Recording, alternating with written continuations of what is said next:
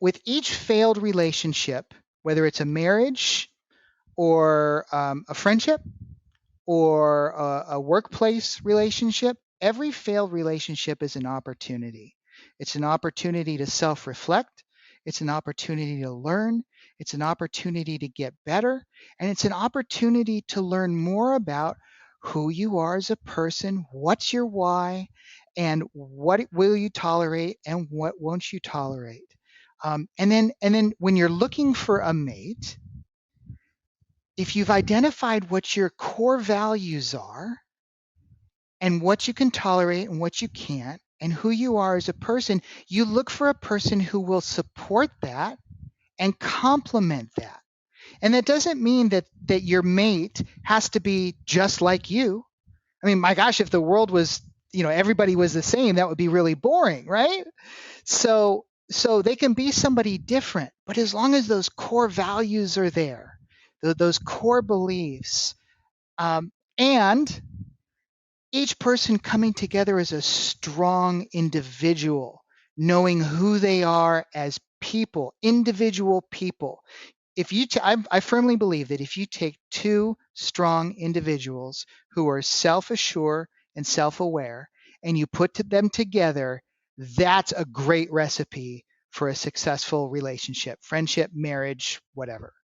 Hey, everybody. Welcome to the Men on Purpose podcast. I'm your host, Ian Lobos. Today, I've got divorce attorney AJ Grossman on. And you hear divorce attorney, you probably think, oh man, what a shark. AJ's probably a shark. He's just so sweet and compassionate and knowledgeable about the human experience. And we talk about how divorce is a byproduct of the humans within a marriage. And we talk a lot about personal development. We talk about kids and divorce and societal pressures and cheating and being right and wrong and trauma and communication and stale marriages and codependency and self-worth and looking to the external for validation and marriage versus partnership and having the standards for a mate. And we talk about identity in marriage and distractions in marriages and getting married later in life to work on yourself first and so much more. And it's a long episode, so I want to make this intro short. And we just have so much fun talking about probably like 50 different topics when it comes to marriage and how the system is kind of broken.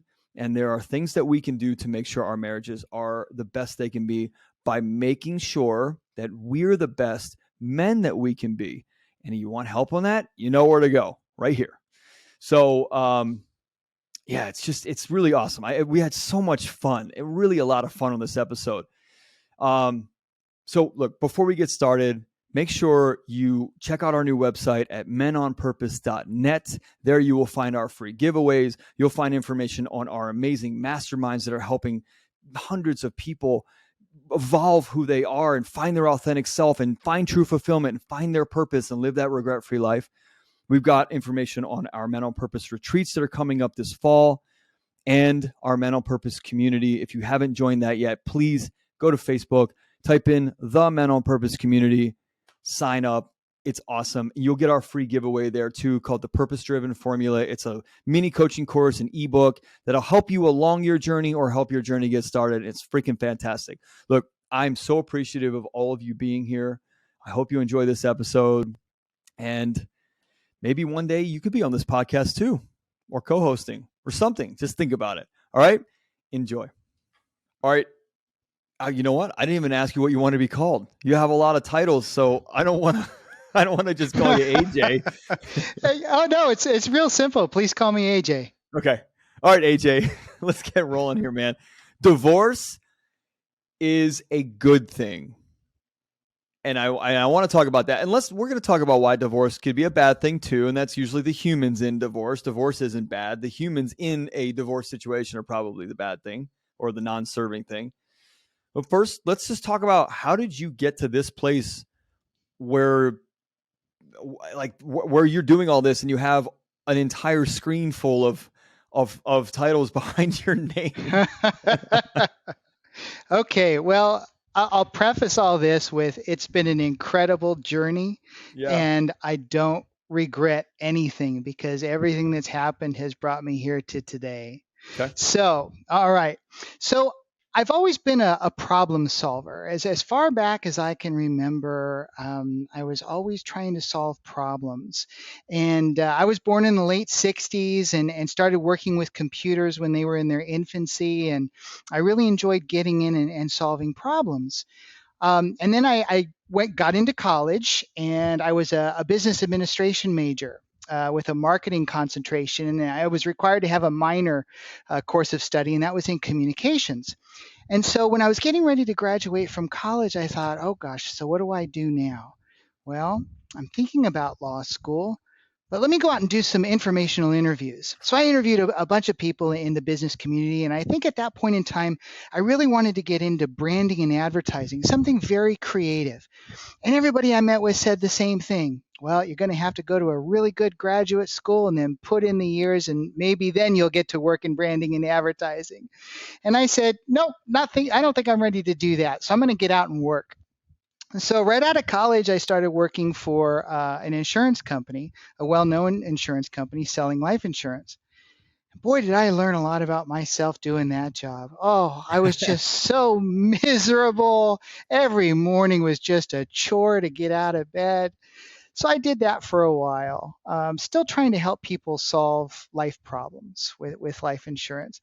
And then I got out of that and I fell into information technology work. And so I was solving computer problems for other people. And I was training life insurance agents on how to use their software. And I was helping support their technology in their office. And I enjoyed it. And that IT career lasted for about 12 or 13 years. And I got to a point where I thought, there's got to be something more. The problems I'm solving, I need them to be bigger. I need them to be bigger than computer problems. Something that's going to make a big difference in the world other than my computer won't turn on. What do I do? Yeah. And so the company I was working for at the time filed for bankruptcy. And I thought, oh, okay, well, what am I going to do now? Kind of burn out on IT. I think I'm going to finally pursue my lifelong dream of wanting to go to law school. My mom had gone to law school in the 70s. My dad had gone to law school right after her. She practiced. My dad didn't practice. So I kind of grew up in a lawyer household, if you will. And it was something I was always interested in. So I thought, you know what? This is the universe handing me an opportunity. It's an opportunity to change my life, make it better, and go to law school. So that's what I did. So I drove from Northern California out to Central Florida to go to Wow. law school, and was there full time for 3 years or so. And the funny thing was, I remember it was orientation day. And the professor who was going around the room having us introduce ourselves said, okay, introduce yourself, tell us your name, and tell us what kind of law you want to practice. So I said my name, and I said, I don't know what kind of law I want to practice, but I know what I don't want to do. I don't want to do divorce work. Absolutely not. I've seen Hmm. my mom do it. I've heard the phone calls on the weekends. I've heard the stories about spouses throwing clothes out the front door. I just don't want to deal with it. Well, it turns out she was the family law professor for the school, and she said, well, maybe after 3 years we can change your mind. So isn't life funny? That's exactly what happened. Yeah. So I took a family law course. I worked in the family law clinic there at the law school, helping people from a lower socioeconomic status get divorced. And I really found my niche. I felt like I fit, like I had something unique to offer that was connecting with people, and people saw the value in what I had to offer. So we get close to graduation. I had met my wife along the way, and we kind of looked at each other and said, well, we're graduating with thousands of other lawyers. What are we going to do to separate ourselves from everybody else?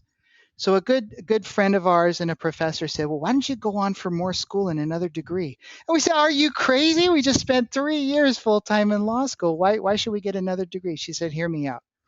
She said, get what's called a Master of Laws, an LLM in dispute resolution. She said, most lawyers get it in tax, but get yours in dispute resolution. So we said, okay, who should we talk to? So she gave us a name. We talked to the guy. He says, okay, there are 5 universities you want to consider. And he gave us the name.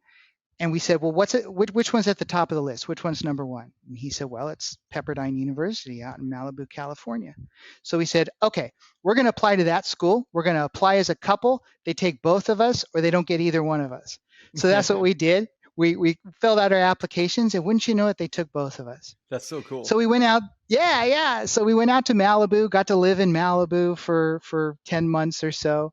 Got another degree, so that's the LLM after my name in dispute resolution. And then we left California, drove back across the country to Florida, studied for the Florida bar, took the Florida bar, and then kind of looked at each other again. Well, now what do we do? So we said, well, what do we know how to do? Well, we both know how to do family law because we worked in the clinic together. Okay, let's open up a family law practice. So that's what we did. We ran that together for about 4.5 years. And then she kind of waved the proverbial white flag and said, I don't think I want to do divorce work anymore. And I don't think I want to be a lawyer anymore. I'd rather do something different. Wow. And I said, okay, well, I fully support you in whatever you want to do. I really don't want to run this practice by myself because we've worked together in this practice and built it together. And I just can't see myself running it without you. So I'll go join somebody else. So that's what I did. So I went to work for I would say a medium-sized, well-established divorce firm in downtown Orlando. And I was there for about 5 years. Needed a change, went to another firm, realized very quickly it wasn't going to be a good fit. So that's when the pandemic hit. And I was working from home in 2020 most of the time. And I thought, you know what? I think it's time that I start my own practice again. So I started putting the wheels in motion, ideas for a brand and a logo and a name and how I wanted to do things differently. And so I launched Leapfrog Divorce in 2021. And so my whole why, if you will, is I want to make the world a better place by changing families for the better, one child at a time and one couple at a time. So that's my why. That's why I do what I do today. That's so cool. I love that. That's a great story too. You came out my way. I live near Malibu. Yeah. Love it down there. It's so cool. Except, honestly, it is cold on some summer nights, like really cold. And I don't like it. Yeah. I'm used to the East Coast and the heat of the East Coast at night where it's like 95 and it's 10 o'clock and you're still sweating. So, right. What's interesting about that is I love how you were thinking, how are we going to separate ourselves? And it just kind of sounds like you went with the flow of things. And I just want to point that out. You're just flowing with things. You weren't, were you like hell bent on something or were you obsessing on something? Were you just like, you know what, that sounds good. Let's go. Yeah, I've always been a relatively free spirit, and so I was going with the flow. I was taking in information, I was considering it, paying attention to my feelings, how I felt about certain things, my emotions, and I was really going with the flow. And it felt like the right thing to do. So no, I wasn't hell bent on anything. Sure. So I want to start with a question that I've always wondered, and I don't think I've ever had anybody who's a divorce attorney on here. And so this is special. And then after that, you can take it anywhere you want. I'd love to talk about, how to do this, how to do it the right way, when kids are in the way or when kids are in the mix. But first and foremost, and this is prevalent for people that are listening who hate their jobs or who are stuck in a career and whose marriages are now suffering. By the way, they're all catalysts, right? They're all catalysts. Right. And they're overweight, out of shape, and their entire life, like all of the stuff that we do at Men on Purpose is 5 pillars: self, spouse, kids, career, community. Well, when you have picked the trajectory that society picked for you or mom and dad picked for you, you are probably miserable in all 4. And the last one being community is not getting the best you either, right? So dominoes just fall from the self on down. So the thing that I think about when I think about the mass amount of divorces that I've seen in friends and like family members and stuff like that is that people settle. I watched in college how many people grabbed somebody before the end of senior year and then got divorced like 3 or 4 years later. And I think about it in terms of their like attention that's paid to them, right? So where they go, okay, from about high school to like baby, it's, people start asking you at parties, well, where are you going to college? Or what are you studying in high school? Then where are you going to college? Then when college starts to give a little, and you're like third, fourth year in, hey, where are you going to work? What are you majoring in? And then it's after you graduate college and you're working, you're bored again, no attention on you, and you go, I'm getting married. And now you get to tell everybody, hey, what's new? I'm getting married. And then marriage, you get married and it wears off, and then you have nothing to do and nobody's paying attention to you. And you go, I know, we're having a baby. Now we're important and relevant again. And then the baby comes and the baby wears off, and you go, hey, I'm having another baby. Meanwhile, those two people for the last, let's just call it 10 years, let's probably more, 15 years, did not work on themselves. They sought Right. the exterior to make themselves relevant and important and matter. And now, one day, one of them comes and says, I don't love you anymore. I want out. And think about that cycle. And I just want the audience to hear, I don't know, these are the things I think about because I coach a lot of people that are in those positions. And I just look at that and I go, what could be done up front in a college age kid, or even, post college, to change the trajectory so that this person knows themselves more authentically, and then they go after a mate that isn't filling a void for them, but is actually a proper mate for them and a proper marriage material person. So I don't know where you want to take that. I just wanted to talk. I want to talk to you about that. And I also want to talk to you about choosing a mate, because I think so many people settle because the mate fills a void that they're not willing to deal with inside of them. So Yeah. wherever you want to Wow. go, it's up to you. Okay. So I can talk from personal experience, my own life journey, as well as what I've seen in my professional experience. And so I think that the idea or the concept of marriage and family is outdated. It seems to me that there's still this idea of almost like a nuclear family type of idea, or a 1950s idea of what marriage is. And I know for myself, I got married the first time too young. And I think that a lot of people get married too young. They haven't spent enough time, like you said, really learning about themselves and experiencing life, reflecting on their experiences, and starting to really get a solid or more solid sense of, who am I in this world?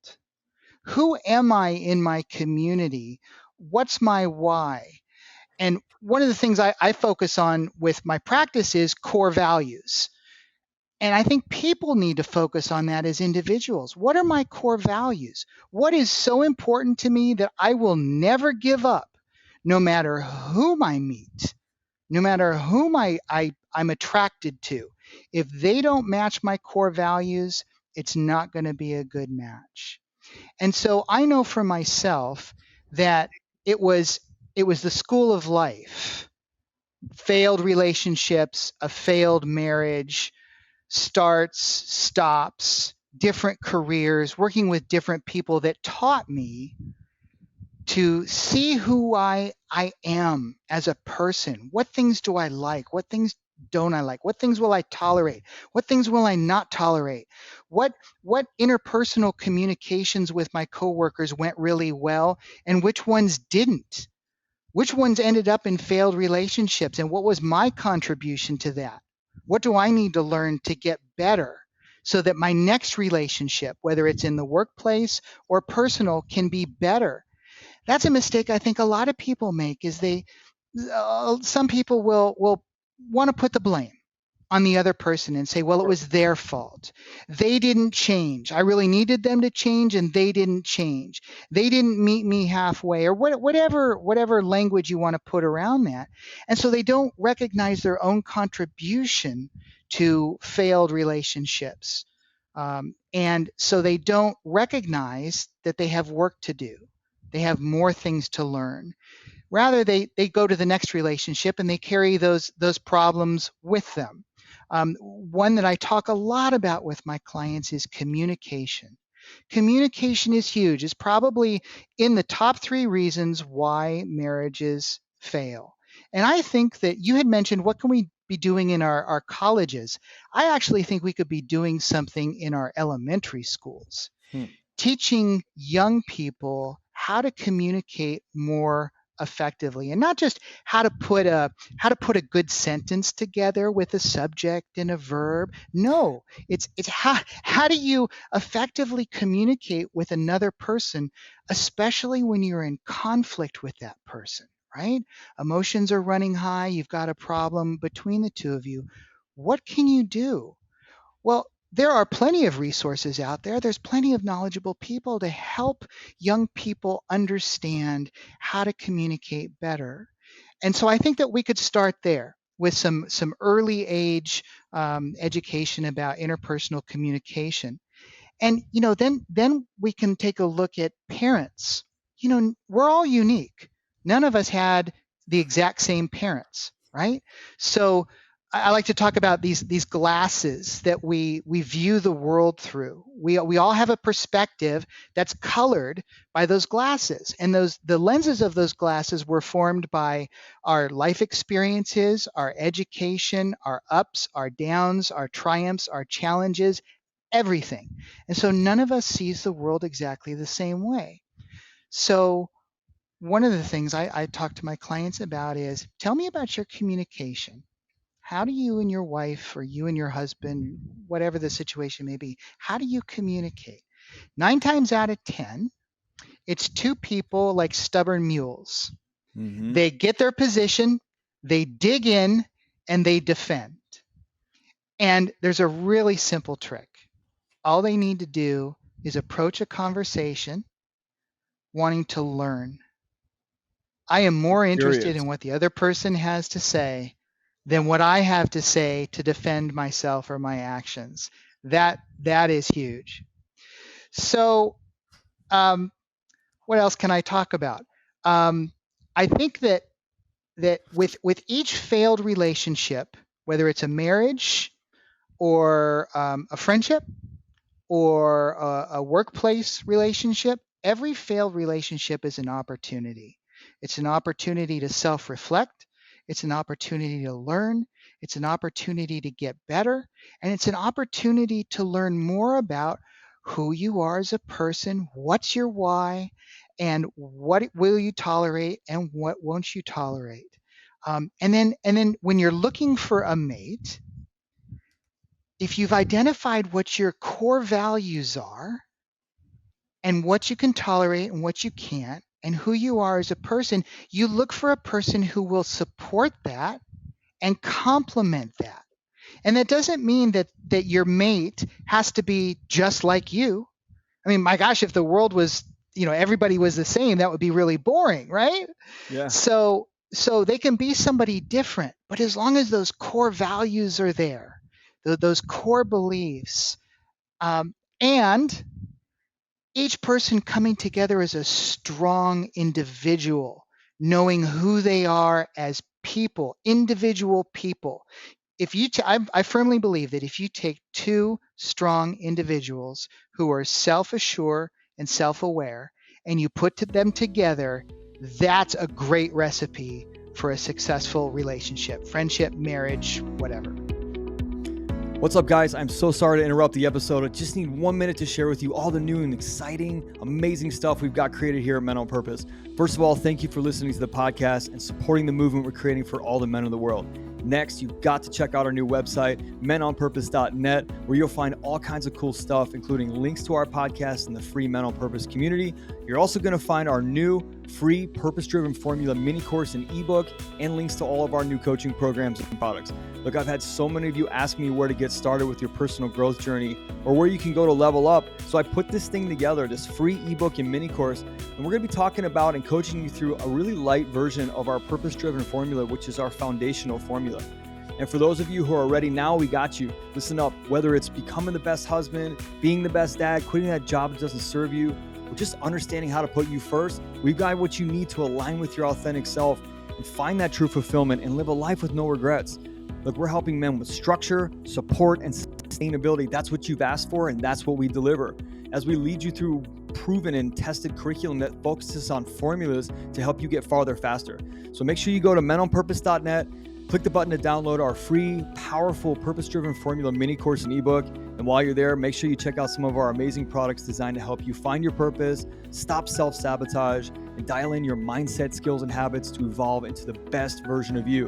Why? Because we want you to live and have the best life possible. No regrets. So, mentalpurpose.net, let's get back to the episode.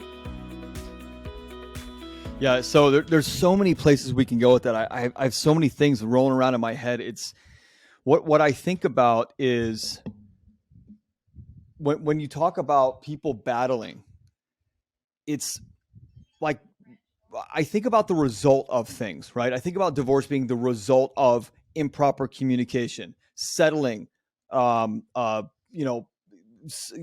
solving your challenges through somebody else, or having someone else fill a void inside of you. Divorce, cheating. By the way, would you agree with that? I had a conversation with somebody like 15 years ago about cheating being the result of something. And I want to get your opinion on that, because I know there's probably people listening to this who've either been cheated on in a marriage or cheated on somebody in a marriage, and it's ended in divorce.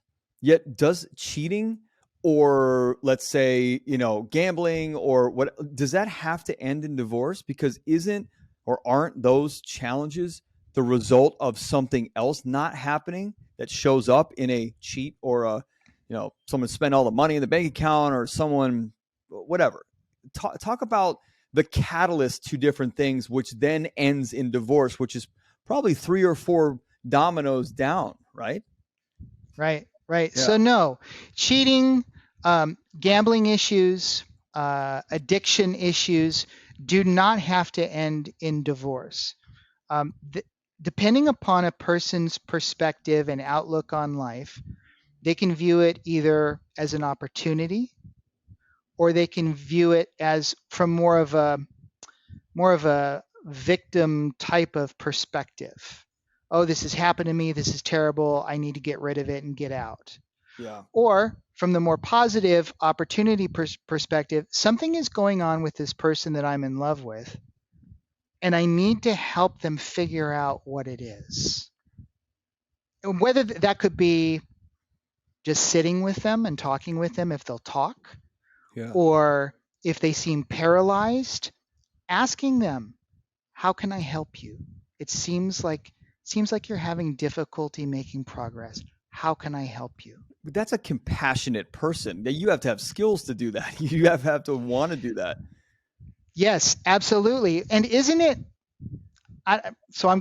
this may be controversial. I don't know. Please. I'm just going to say, bring it on.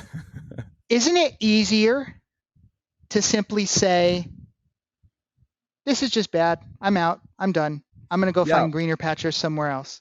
Yeah. Well, I wanted to ask you that.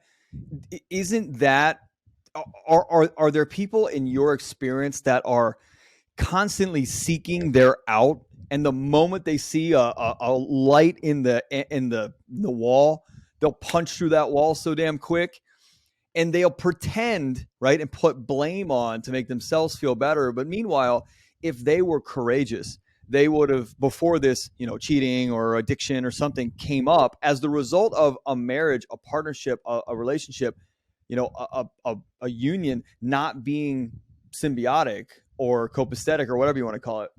That person had the courage. They would have stepped up and said, "Hey, I want out. I got to get out of here."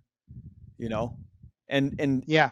And then people are just, probably the other person's blindsided. But don't you find that?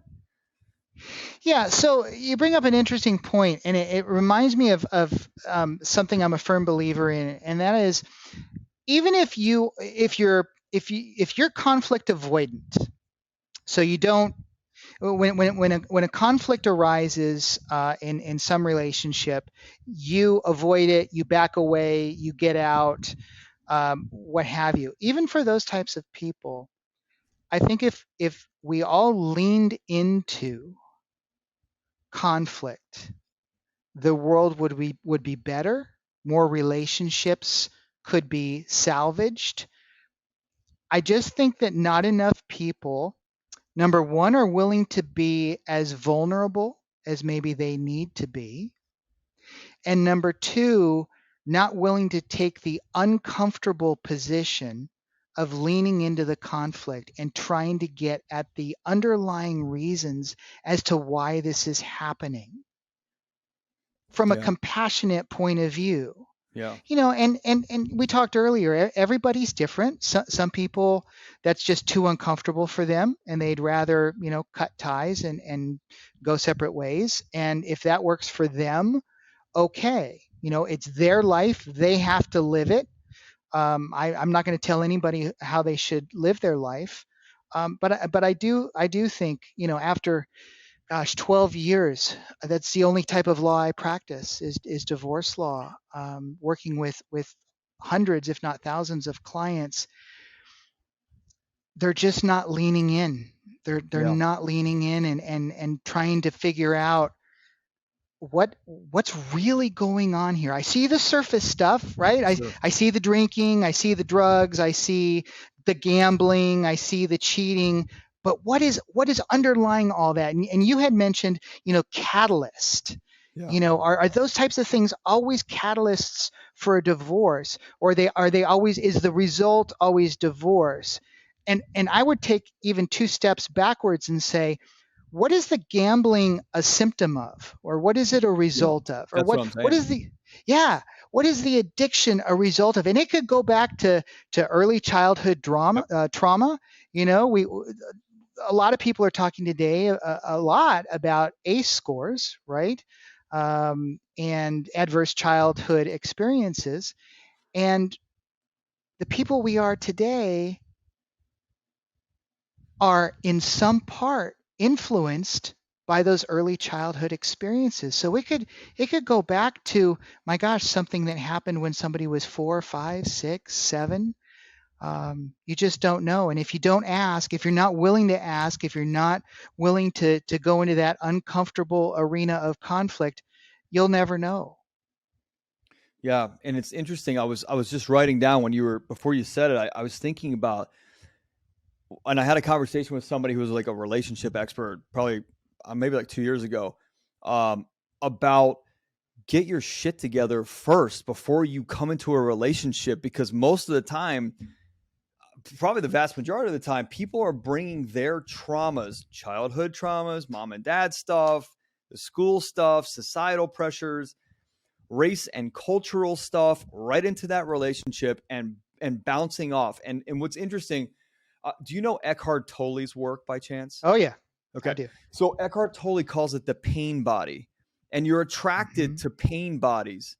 And so most people in these relationships, they are in a relationship. Dane Cook in 2004, dating myself, puts it, he calls it relation shit, because they're literally just existing in this thing to do some utilitarian things together and be a date for each other at a concert or go on this vacation. They're not alone.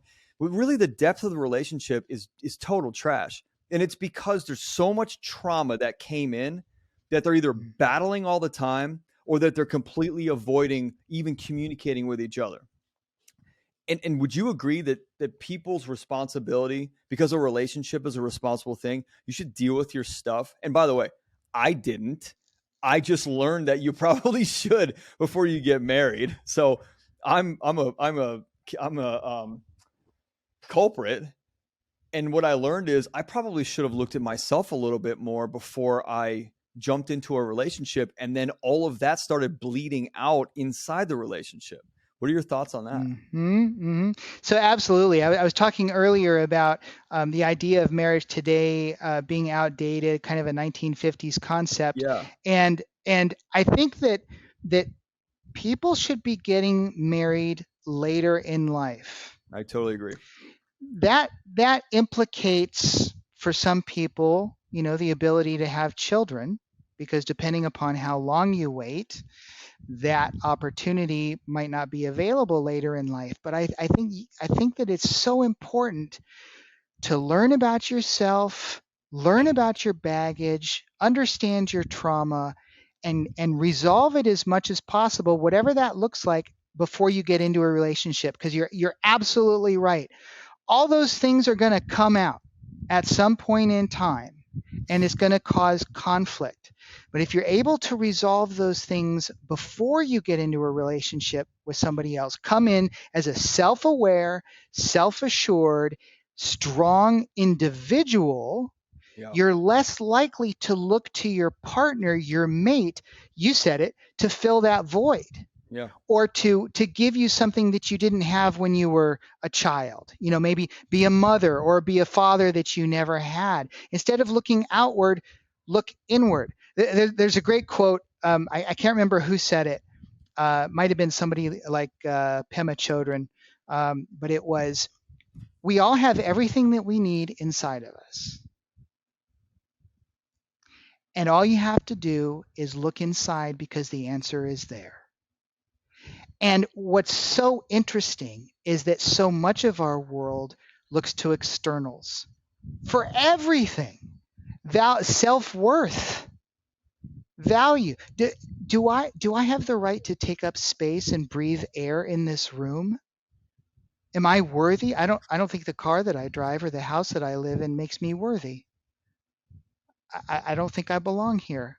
That's so sad. Yeah, it is. I'm glad you brought that up. We may need to make this a 2-hour episode. My team's going to be like, don't take these over an hour. That is so sad. And at the same time, what I think about is so many people in their 40s who I know who are in the stalest relationships that they could be. And I wonder, in your opinion, like, I'm thinking about one couple in specific, and I'm not going to say anything more. I'm going to give a couple examples. There's kids involved, and they're a little bit older, and there's no communication beyond the kids. There's no communication beyond the weekend activities, the one vacation a year, and the ingredient list for the barbecue on Saturday. That's it. That's it. How does Mm. that relationship survive post children? And I want to talk about this aspect with you, where a relationship goes up and starts falling down, kid comes in, climbs back up because it's really artificially inflated based on a child being there. And then all of a Right. sudden, you go 20 years later, the kids are out of the house, and you're like, oh my God, we have nothing in common. We don't even know each other. And then what happens at that point, in your opinion? How many of those people have the courage to actually get divorced versus just say, you know what? Kind of like you were saying, I don't think my life even matters. I'm just going to ride this shit out because at least I got someone to keep me company and maybe make a couple dinners a Mhm. week. Is that what you're seeing, or do a lot of older people get divorced? So it's that. Oh, I love that. So it really runs the gamut. I can tell you that in my industry today, older people getting divorced is a thing, for lack of a better word. It, When you it say even older, has a label, how long are you talking? gray divorce. How old are you talking when you say older? 60, 65, 70, Oh wow, all the way up to 95. who gets divorced at 95? At that point, just throw in the towel. Like, Yeah, it really makes you wonder, doesn't it? It's like, yeah, what, why could it be so important? maybe it's But strategic. Maybe it's strategic for like estate planning or something. yeah, in some cases it could be. So I can tell you that um, it really, I don't want to say well, it is. It's unique for each individual. The reasons for getting divorced, and I can tell you that many people I talk with who have children, some will say, "Well, I thought that having kids would make things better." Again, right? Looking to externals, Right. bringing something else into the relationship that's going to fix it. Or I thought that when he became a father, that he would stop acting like a child. Okay, okay, that's an interesting one.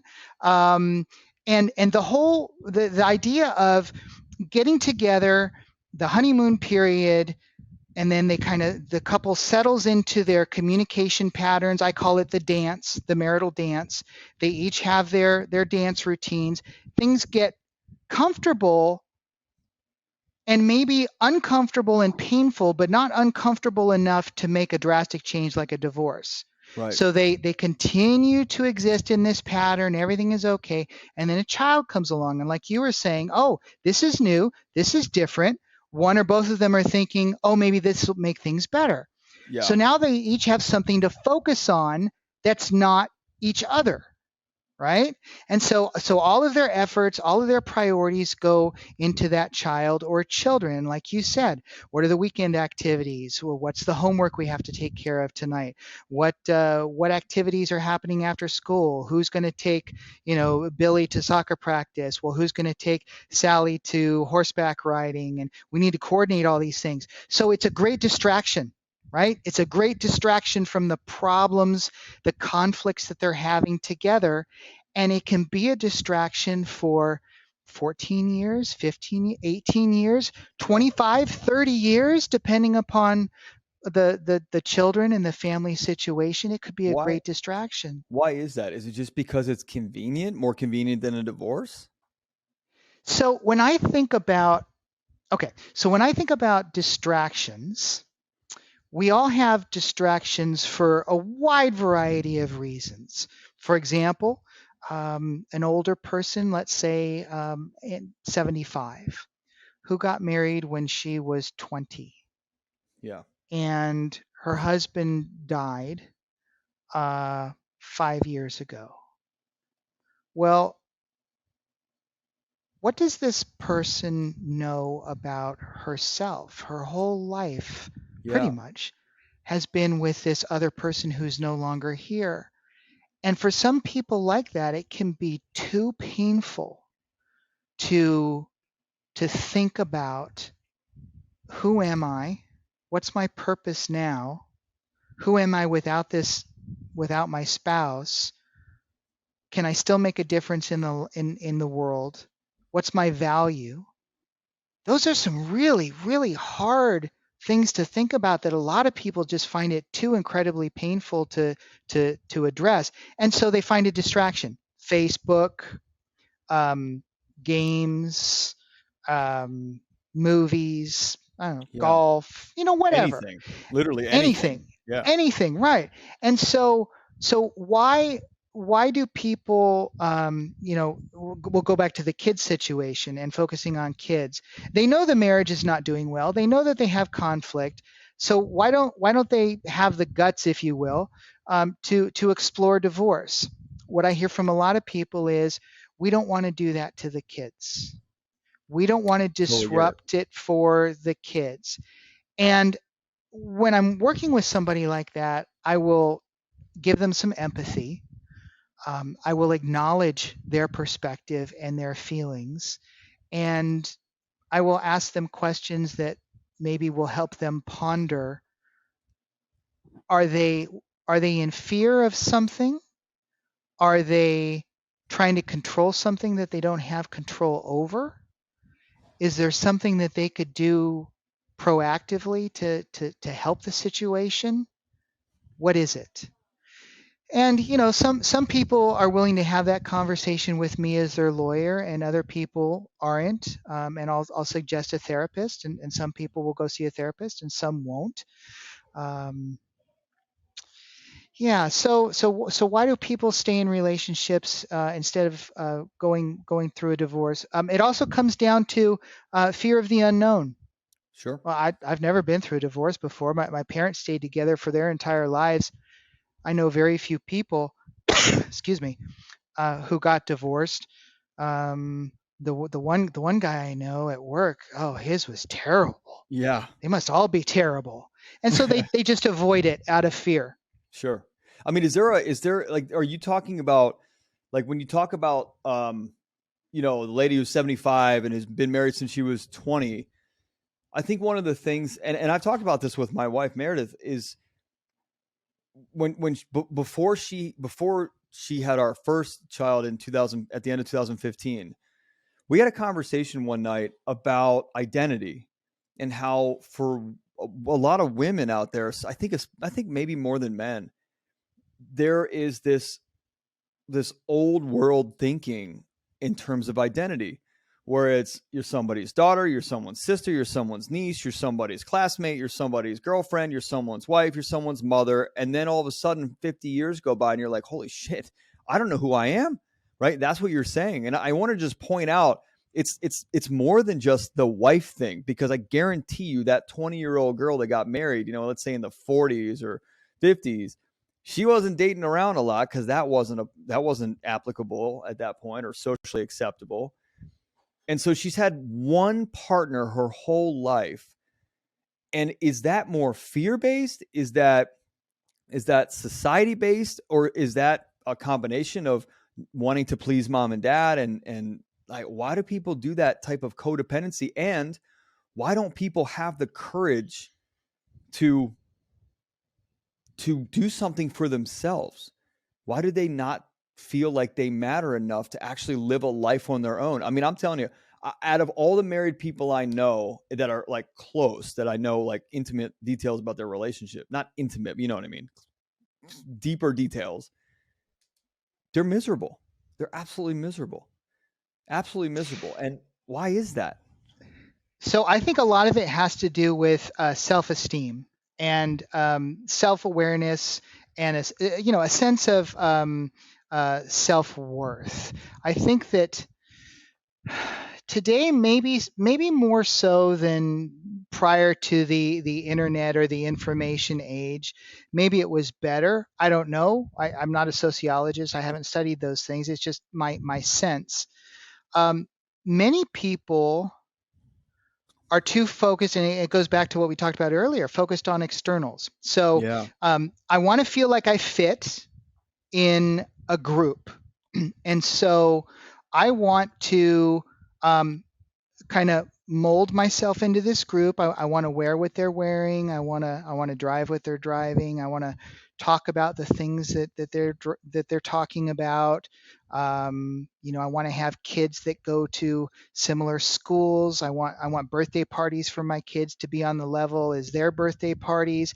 And so they get in this rut, if you will, or this habit of just doing things to try and fit in, as opposed to doing things that fulfills them as an individual, things that feel right, things that are done on purpose for a reason.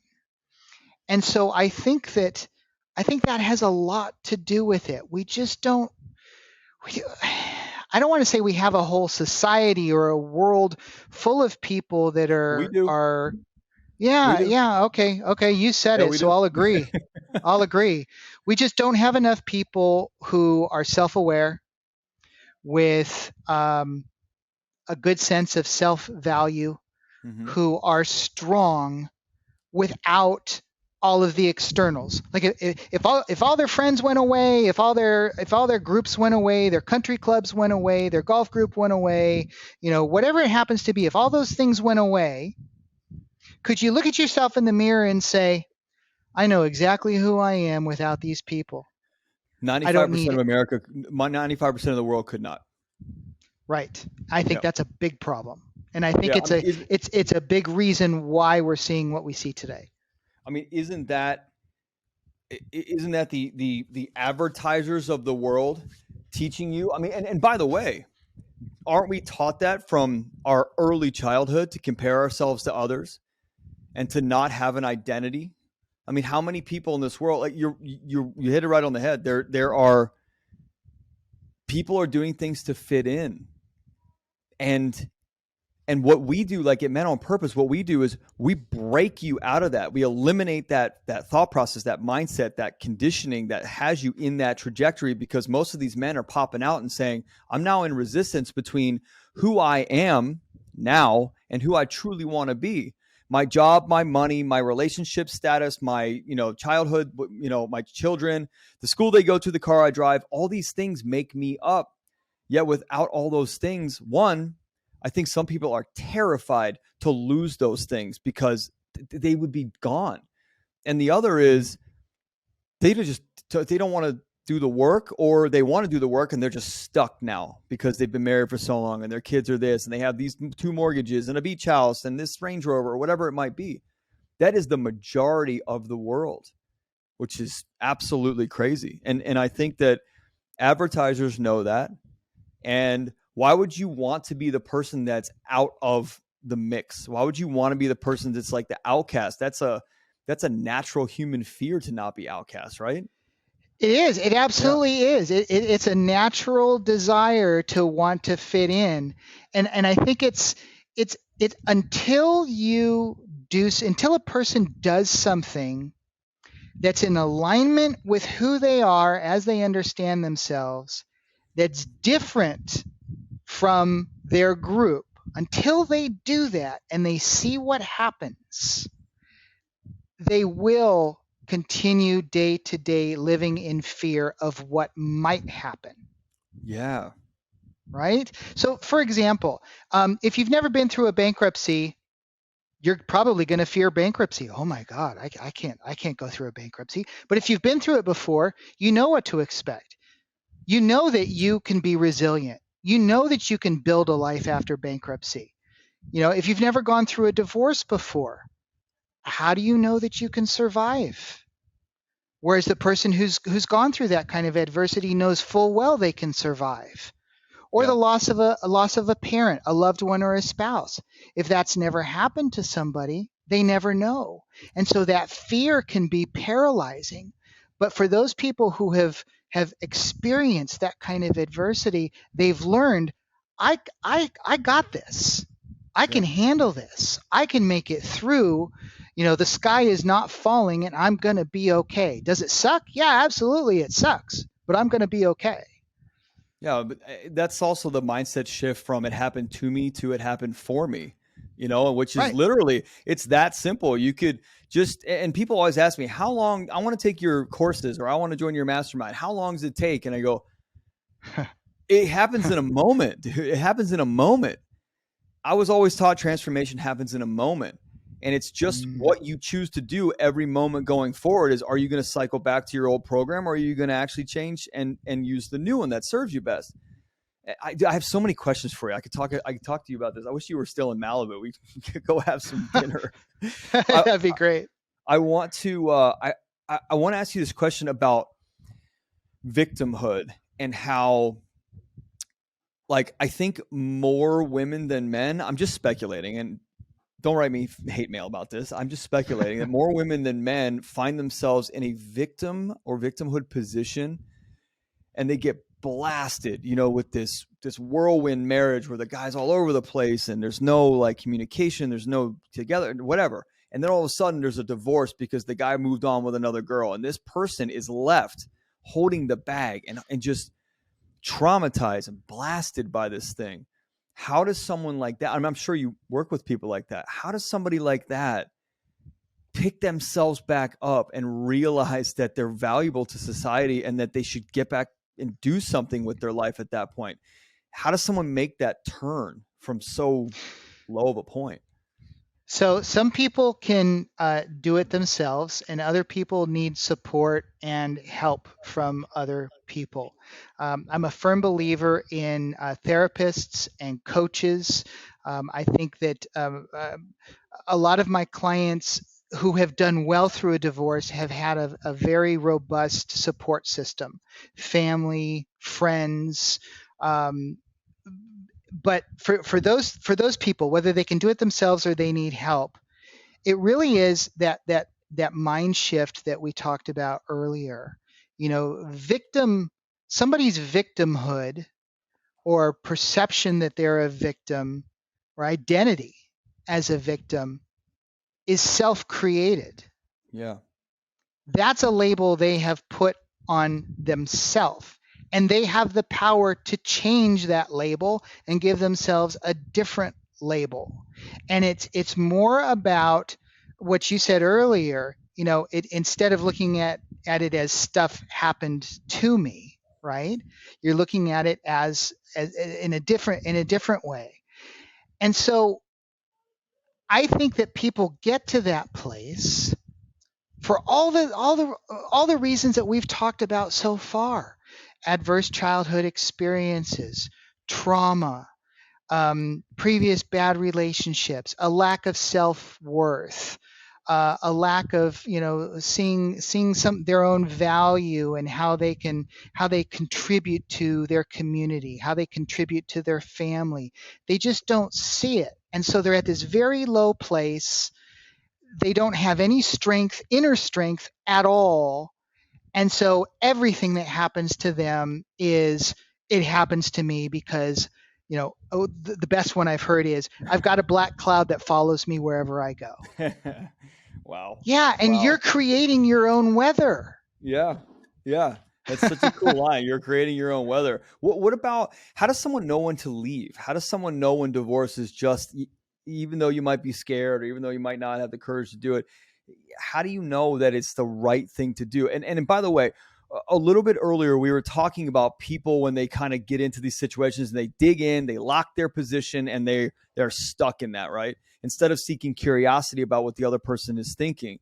And a lot of the times when I coach people who are married or business partners who are having a disagreement, I'll say, guys, we need to throw out right and wrong, because right and wrong is only going to make the other right or wrong.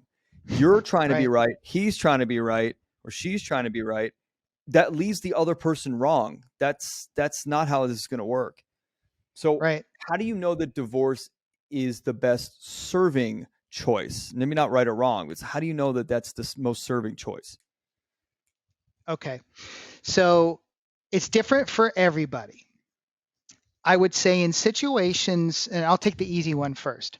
In situations where somebody is being harmed emotionally or harmed physically, I would say that one's safety is most important. Okay. And if divorce is the answer, if that's the solution that's going to provide the physical safety or emotional safety that somebody needs, then it's the right answer. The less easy situation is when one spouse or both spouses just aren't happy. They're not getting what they need. They feel like it's going nowhere. We're just what's the one I've heard a lot? We're just ships passing in the night. Yeah. We're more like roommates than lovers. So when is it right for them? I would say that, and again, it's going to depend. But I would say for financially secure or stable spouses as individuals. So we'll take a two working household. Both parents have careers. They can leave. Each one of them can leave the marriage and be financially okay. Yep. Not as outstanding as maybe they were together living in one household, Sure. but they'll be financially okay. For that type of person, it's less about the financials and it's more about, well, what do you want your life to look like? What do you want your marriage to look like? And are there parts of your marriage that look like that now and other parts that don't? Or is it just completely on another planet? It doesn't look anything like what you want. And then what do you think you can do to help make that better? Have you tried everything?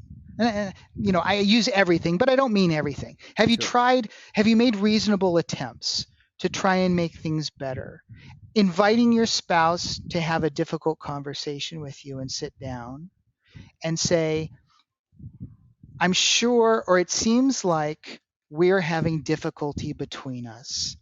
And I'd really like to learn more about how you see our marriage and our relationship and the difficulty that we're having, because I really want to understand where you're coming from.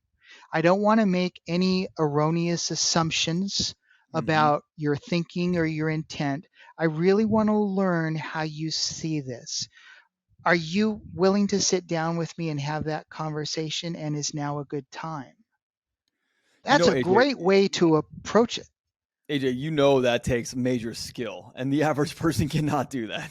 Well, no. I know. Let me back up. They can do that. They won't do that. It's awkward. It's uncomfortable. And I think you're totally right. If you could gather the skill as a person who's maybe never spoken up for themselves, watch YouTube videos, listen to this podcast, go to the Men on Purpose community and download the free resources, whatever. You can figure out how to do this, and then you'd actually start to know. I mean, when I was facing a potential ending of our marriage back in 2016, it was the person I went and talked to said, "Have you done everything?" And I said, "No." And they said, "Then that's going to be the biggest regret of your life, that you didn't do everything possible." And so it's interesting that in that concept, I, at that point, was not the person that could speak intelligently, calmly, educated to another person about my feelings. I wasn't able to do that at that point because as a kid, I just never understood my feelings, and they always made me scared because nobody else told me about my feelings either. So let's think about what the trajectory of all those pieces are that add up to not being able to do something. So I totally agree with you. Should you sit down with someone and say, "Hey, listen, things, I'm feeling a certain way," and have this beautiful conversation? Yes. And how realistic is it that people actually have that? Because they don't have the skills. So I think it's very realistic once they have an idea that this type of approach exists, and it gives them something to try. But you're absolutely right. Most people don't know this technique or this approach to having a difficult conversation with somebody. And it goes back to what we were talking about earlier in that early childhood education. We can teach young people how to do this. We don't have to keep them in the dark. We don't have to, there's no marriage handbook. There's lots of books about marriage, but there's no real handbook.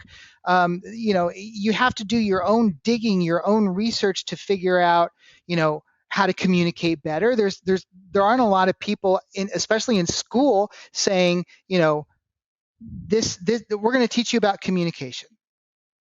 For those people in college, and communication is their major, perhaps. But the accounting, the business major, probably not. No. Or the art major, probably not.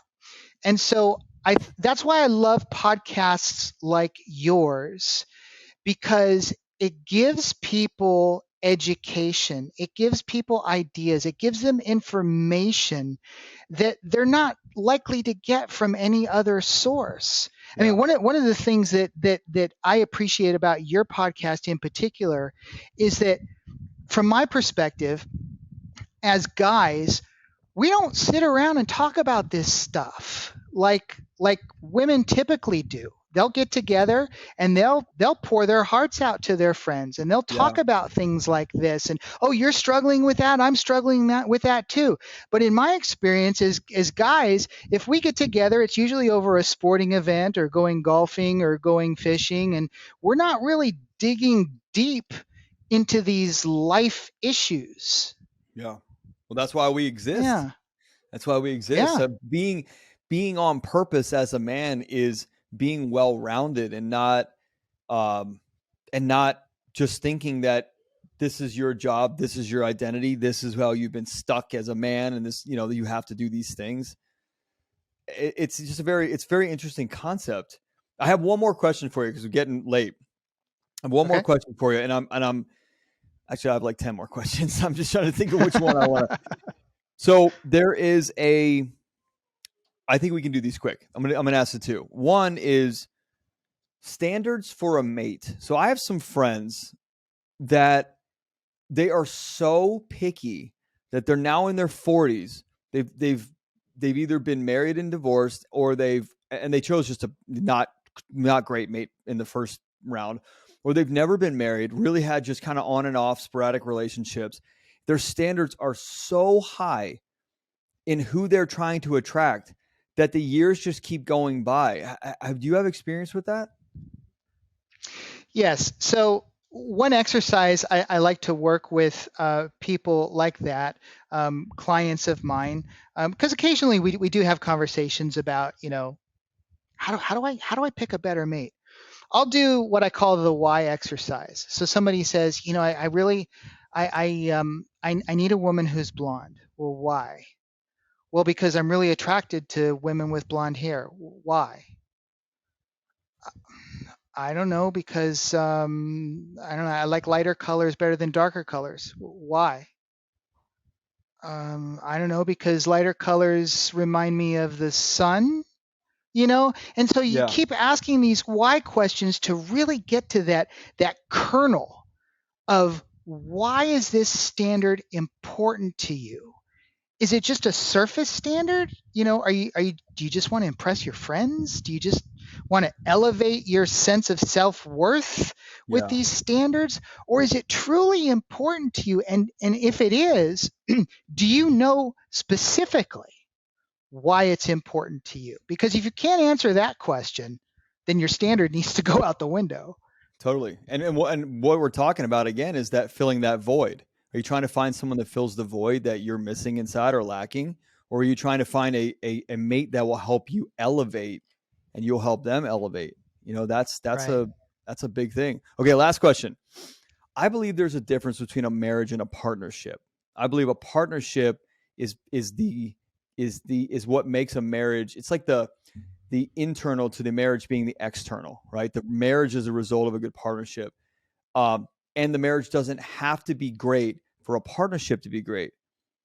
So I just want to get your opinion on that, because I just keep thinking about that. I have a great partnership and I have a marriage that's pretty great, right? But the partnership is amazing. And the reason why I think about that is because when people get divorced, like I have some friends here in LA who do this conscious decoupling. I forget Oh what it's yeah, called. yeah, yeah. And they're like amazing. They're divorced and they're going on vacations together and they're sleeping over each other's houses and and it's really great for the kids. But that's because their partnership is amazing and the marriage just didn't work. And if your marriage doesn't work, you still have to be great partners for your children, don't you? I mean, and that's why I think there's a difference between marriage and partnership. Yeah, so I would agree with you. There is a difference, and there's a lot of different ways to look at it. So, from my lawyer perspective, I would say marriage is a status that's given to you by the state. Mm. A partnership is something that there's no contract, there's no status conferred to you by the state. It's a working interconnection between two people that works for a variety of reasons.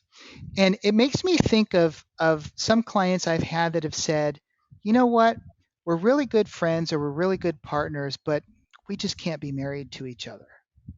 And when I've heard that, I've thought, gosh, what does that really mean? So to me, marriage, other than the fact that it's status, it's it's everything that encompasses a partnership and beyond. So, for example, you can have a partnership that has no intimacy at all, right? But a good marriage has intimacy. Can a good marriage exist without two good partners? I don't believe so. No. My wife, I have a wonderful marriage, and my wife has talked over the years about two people in a boat or a canoe paddling together. If you've got one person outside of the canoe and one person in the canoe, and that person in the canoe is doing all the paddling, right? All the work on the marriage, all the work on the relationship, it's not going to work because that other person isn't in the boat. Right. So the two people in the boat, that's a great partnership. God, man, I have so many more questions for you. We didn't talk about sex in relationships. We didn't talk about people that are one foot in, one foot out. Can you come back on? I'd love to. Okay, Absolutely. let's do that. Maybe So one of the things that we do inside the Mental Purpose community on Facebook is every week we have one of our purpose pillars. So it's self, spouse, kids, career, community. 5 weeks. And I think maybe next spouse week, maybe we have you come in and just do a roundtable discussion inside the community. It's like 900 and some members in there. Do a roundtable discussion about it. I'd love to. Yeah. I'm going to email you. This has been great. A really, really, really, really fun conversation. And I love the banter, love the dynamics. So thanks for being here. Oh my gosh, it was a real blessing to get to spend time with you today and talk about some really, really interesting topics. Loved it. Well, thank you so much. Yeah, I absolutely love when the conversation can just flow like this. I mean, look at I'm taking notes after notes and writing questions down I want to ask you. And so, yes, thank you so much. And audience, AJ is going to be back on. So if I missed a question that you wanted, send me an email, menonpurposepodcast@gmail.com. AJ, anything you want to promote, anywhere where people can find you? Yeah, so the best way to find me is at my website. It's www.leapfrogdivorce.com. My phone number is there, contact form and contact information is there. Got it. Awesome. AJ, thanks again for being here, man. We'll catch you on the next one. And audience, we'll catch you on the next one too. See ya.